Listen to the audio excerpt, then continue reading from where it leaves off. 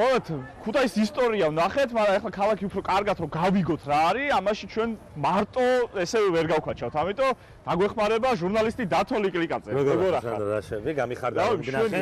კი, მეც ძალიან გამიხარდა. როგორ იმგზავრეთ? მიმგზავრეთ კარგად, მშვიდობიანად, ამინდი დაგვხდა მშვენიერი აქ სწორია და თეატრთან უნდა მენახე აუცილებლად. იპოლიტეს ძეგლთან დავჯდეთ, ახლა ძალიან ბევრ რაღაცას გაჩვენებ ქუთაისში, რაც ამდენხან შეიძლება შენ არ იცოდი, იმიტომ რომ ქუთაისი მაინც არის ბაგრატი, გელათი, პრომეთე, სათაფლია, დინოზავრი, რაღაცა ვიკენდია საქაბაბე, თეთრი ხიდი, რაღაც, მაგრამ არის რაღაცა დეტალები, რომელიც ბევრმა არ იცის. და მე ჩემი თო ვერ მივაგნებ, ვერ შევბოდიალდები მაგ ეს იპოლიტეს ძეგლი ცხადია შემთხვევით აქ არ დგას, იმიტომ რომ იპოლიტე სწორედ ამ თეატრით დაიწყო, პირველად ამ თეატრის სცენაზე გამოვიდა იპოლიტე და აქედან წავიდა თბილისში, ისევე როგორც ბევრი რაიმე. ქუთაისში არსებობდა ბათუმ ქუთაისის დასი, ვერიკო ანჯაფარიძე, ჟორა შავგულიძე, ღამბაშიძე, თამარ ჭავჭავაძე, რა ვიცი, უშან გიჩხეიძე, აქ დაარსდა ეს თეატრი. მე 1929 წელს მაშინდელმა ხელისუფლებამ რუსთაველის თეატრის საპირწონედ გადაიყვანა, პირდაპირ გადაიყვანა ეს თეატრი. მოკიდა ხელი და გადაიყვანა მთლიანად. და თბილისში გაჩნდა მარჯანიშვილის და მარჯანიშვილის გარდაცვალების შემდეგ იმ თეატრს ეწოდა მარჯანიშვილის თეატრი, ასე რომ მარჯანიშვილის თეატრი, რომელიც გაქვთ ქუთაისში, არის სწორედ ქუთაისის თბილისში, სწორედ არის ქუთაისის თეატრი და უძველესი ქალაქი რო არის, მოდი რიონის პირზე ჩავიდეთ და პირდაპირ რიონზე მოგიყვები ამ ისტორიას. ნახოთ, აბა წავედით.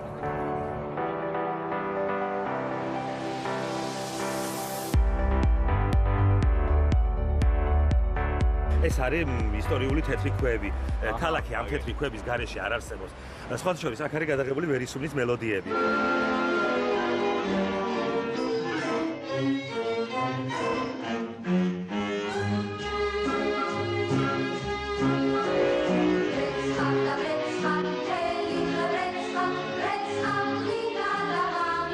ესე შემოვიდა იაზონი და მედია თუ კი იყო ნამდვილად კოლხი აიეტის შვილი, აიეტი იყო აიას მეფე და აი არის ქუთაისის. ეს არის ზაქარია ფალიაშვილის სახლი. აჰა, მოდი ავიდეთ. ყველაზე დიდი ადამიანი ვინც ყავდა ქართველებს და ამაზე დიდი არც დაბადებულა, მაგრამ არც ახლა, სწორედ აქ დაიბადა ზაქარია ფალიაშვილი. აი ეს არის უნიკალურია ეს სახლი და ეს ადგილი არა იმით რომ მხოლოდ ზაქარია ფალიაშვილი დაიბადა, ეს იყო დიდი მუსიკალური ცენტრი.